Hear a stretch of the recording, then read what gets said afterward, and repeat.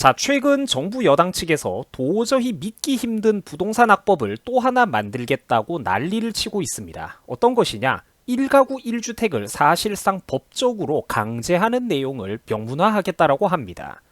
자, 정말입니다. 1가구 1주택이라고 여러분들이 검색만 해보셔도 이 사태를 걱정하는 사회 각계각층의 목소리와 뉴스 자료들이 쏟아져 나오고 있다는 것이죠.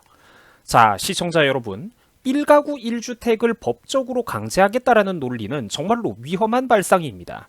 우리는 흔히 다주택자가 무조건 나쁘다라고만 생각하기 쉬운데, 다주택자가 없다면 서민들에게 꼭 필요한 전세나 월세집은 누가 공급을 해주겠습니까, 여러분?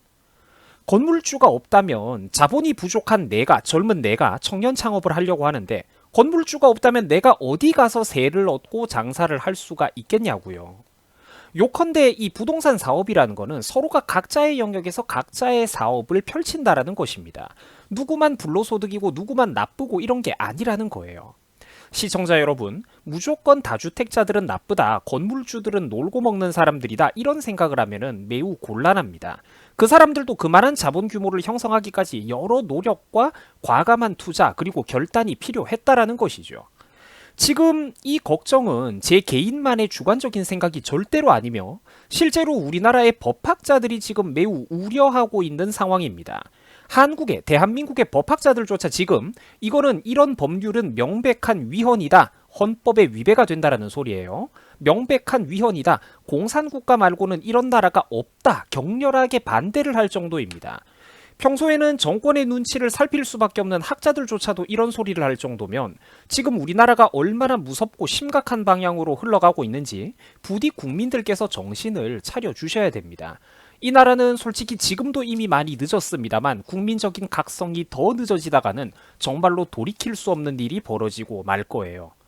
자, 최근 진성준 더민주 의원을 비롯해서 12명의 사람들이 이른바 주거기본법 일부 개정안이라는 것을 발의했다라고 합니다. 1가구 1주택 보유 및 거주를 명문화하겠다, 주택의 투기 목적 활용을 금지하겠다, 이런 내용들을 담고 있어요. 물론 명분만 보면 그럴듯해 보인다라고 착각하기가 쉽죠. 자, 그러나 문제는 이미 현직 법률학자들, 법학자들이 걱정을 하고 있듯이 이런 명문화된 법률들이 나중에 더욱더 무섭고 강력한 사유재산 침해적 법률의 법적 근거로 악용될 소지가 다분하다라는 것입니다. 그렇다 보니까 법조계에서도 바로 이 부분을 걱정하고 있는 거예요. 현재 이런 거는 명백한 위헌이다, 헌법 정신에 위배되며 공산국가적인 발상이다, 국민들의 사유재산권을 명백하게 침해하는 법률이다, 격한 반응이 나오고 있다라는 것입니다. 자, 물론 더민주 측에서는 변명거리가 있기는 해요. 투기를 막기 위함이라느니 그럴듯한 명분들을 내세우고는 있습니다. 하지만 포장지에 속아가지고 독약을 마시는 우를 범해서는 안 된다라는 것이죠. 이 법은 사유재산 침해를 명문화하려고 든다라는 점에서 명백한 위헌이며 국민이라면 당연히 누구나 반대를 해야 되는 악법입니다. 특히 여당 측에서 말하는 그 투기에 대한 명확한 규정을 도대체 누가 구체적으로 그 가이드라인을 제시할 겁니까? 투기에 대한 명확한 규정이 없다라는 게 문제예요. 어디서 어디까지가 투기인 거죠, 여러분? 쉽게 말해가지고 우덜식으로 입맛대로 규제의 칼날이 춤을 추게 될 거라는 것입니다. 지금 이 이야기는 결코 제 개인만의 생각이 아니며 우리나라의 언론과 법학자들이 공통적으로 입을 모아가지고 외치고 경고하고 있는 사항이라는 거예요. 논란이 커지자 진성준 의원은 또 오해였다, 사실과 전혀 다르다, 발뺌을 하고 있습니다. 말만 하면 전부 다 오해고 전혀 다르다라고 해요. 아니, 그러면 자기가 주장했던 1가구 1주택 법안은 도대체 무슨 말입니까? 여기에 무슨 오해의 여지가 있는 거죠? 부동산 투기를 핑계로 개개인의 사유재산권 운용에 칼을 갖다 대겠다고 지가 했지 않습니까? 법학자와 언론들이 할 일이 없어가지고 그러면 이런 법안이 위험하다라고 잘못됐다라고 난리를 쳤단 말입니까? 그거는 아니죠. 다 이유가 있다라는 겁니다. 시커먼 속내를 딱 들키고 나니까 발뺌을 한다라는 거예요. 학자들뿐만 아니라 정치권에서도 공통된 우려의 목소리가 나오고 있습니다. 그 부동산 정책 실패를 덮기 위한 꼼수 아니냐, 사실상 국민들의 사유재산까지 법으로 강제하고 손을 대려고 드는 것 아니냐, 이런 지적이 나오고 있다라는 것입니다. 자, 오죽했으면은 친문 커뮤니티에서조차도 성토가 나올 판입니다. 전세 월세를 다 죽이려고 만든 법이다, 작정한 법이다, 기존 다주택자들의 재산권을 침해하는 법이다. 점점 더 극단적인 법안만 발의하는 것 같다 등 부정적인 반응들이 쏟아져 나왔습니다. 자, 그나마 참 고마워가지고 눈물이 나는 상황이죠. 그나마 머리가 트인 사람들은 대개분들 중에서도 이렇게 지금이라도 뒤늦게 정신을 차려주고 있는 사람들이 있는데 제가 진짜 걱정입니다. 제발 정신 차리는 사람들이 지금보다 더 많아져야 될 텐데 사실 아직까지도 지지를 하는 사람들도 굉장히 많아가지고 제가 진짜 너무 무서워요, 이게.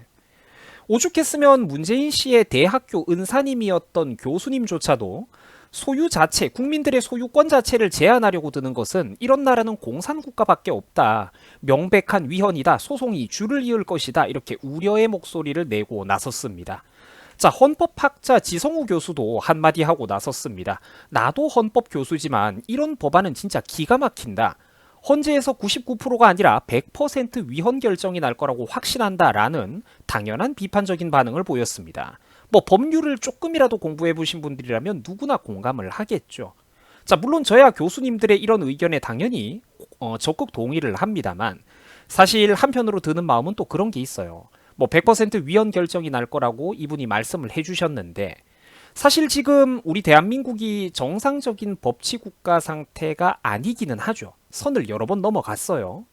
그 정말로 기본적이고 상식적인 이런 내용도 만약에 헌법재판소나 대법원 앞에 가면은 이게 과연 사회적으로 중요한 문제, 이런 중요한 문제들이 이제 법과 원리 원칙에 입각을 해서 공정한 판결이 나올 수가 있을까?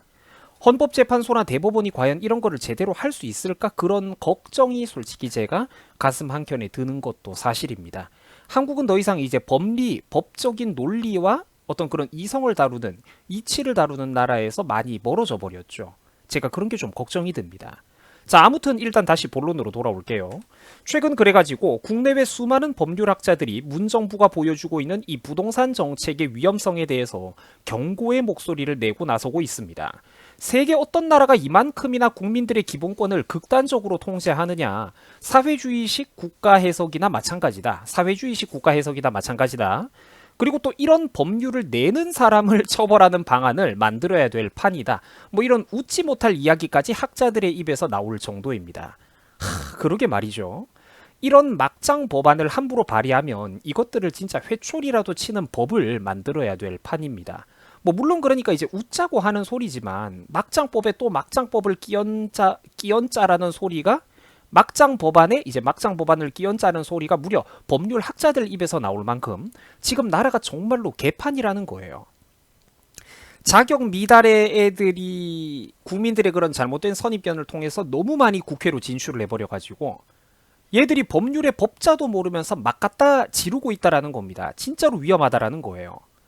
고려대 법학전문대학원 장영수 교수도 한마디 했습니다. 공산주의 국가도 아니고 재산권의 본질적인 내용을 침해하는 게 말이 되느냐. 이런 악법을 의석수로 밀어붙여서 통과시키다가는 위헌 여부를 따져보게 되는 게 당연할 것이다. 정치적으로도 굉장히 큰 파장이 일어날 것이다. 어떻게 이런 발상을 할 수 있는지 놀랍다. 애초에 국민 재산권에 대한 이 정부 사람들의 접근 방식이 틀린 것이다 라는 평론을 내어놓았습니다. 모든 교수님들이 공통적으로 말하는 키워드들이 있죠. 자, 그리고 이 부분들은 어디서 많이 들어본 이야기들일 겁니다. 그죠? 맞아요. 저 역시 수도 없이 이런 얘기를 했습니다. 애초에 이런 발상이 튀어나온다는 것 자체가 놀랍고 그리고 국민 재산권에 이렇게 거리낌 없이 칼을 들이대도 괜찮다라는 저들의 접근 방식 자체가 굉장히 놀랍다라는 것입니다. 틀렸다라는 거죠. 모든 교수님들이 지금 똑같은 얘기를 하고 있죠, 여러분. 자, 헌법에서 보장하고 있는 이런 재산권을 하위 법령에서 규정한다라면 이는 당연히 잘못된 것입니다. 상위법 우선의 원칙에도 어긋나죠. 그리고 또 개인과 기업의 경제상의 자유를 실제로 보장하고 있는 헌법 110조에도 위배가 되고요. 또 소급 입법을 금지하고 있는 헌법 13조에도 위배되는 사항입니다. 오죽하면은 정치권에서도 법 해석을 제대로 못하는 건지 법에 대한 이해도가 낮은 건지 도무지 알 수가 없다라는 비판이나 이제 반시장주의 정도가 아니라 아예 대놓고 사회주의 노선을 저 사람들이 걸어가려고 하고 있다. 이런 목소리가 나오고 있는 상황입니다. 자, 친애하는 우리 유튜브 시청자 여러분, 시청자분들께서는 각자 다양한 삶을 살아오셨을 것이고 또 그동안 여러 매체를 통해서 저마다 머릿속에 수많은 자기 나름대로의 선입견이 쌓여져 왔을 것입니다. 자, 하루아침에 그 모든 거를 갑자기 뜯어고치기란 매우 어려울 거예요. 유튜버 한 명의 목소리로 그걸 바꾼다라는 건 거의 불가능에 가까운 일이겠죠. 하지만 그래도 이런 진정성 있는 목소리에 최소한의 상식이 있는 분들이라면 귀를 기울여 주셔야 됩니다. 국민들께서 지금이라도 부디 바른 목소리에 귀를 기울여 주셔야 됩니다. 간곡하게 부탁드립니다. 처음이 어렵지 부동산 악법을 명문화하고 나면은요, 이거는 곧이어서 더 강력한 규제의 첫걸음 밑바탕이 되게 될 겁니다. 언젠가는 바로 지금 환호성과 박수를 보내고 있는 여러분들의 사유재산권과 개인 기본권에도 정부 규제의 칼날이 들어오는 순간이 찾아오게 될 것입니다. 빈말이 아닙니다. 모든 학자들이 그러고 있잖아요. 지금 대한민국, 지금도 충분히 위험한 방향으로 흘러가고 있습니다. 하지만 더 늦었다가는, 지금 이것보다도 더 늦었다가는 정말로 큰일 난다라는 것입니다. 돌이킬 수 없는 일이 벌어지게 될 것입니다. 제발 부디 학자들의 목소리에, 이런 바른 양심적인 목소리에 귀를 기울여 주셨으면 좋겠습니다. 자, 여러분들 수고하셨습니다.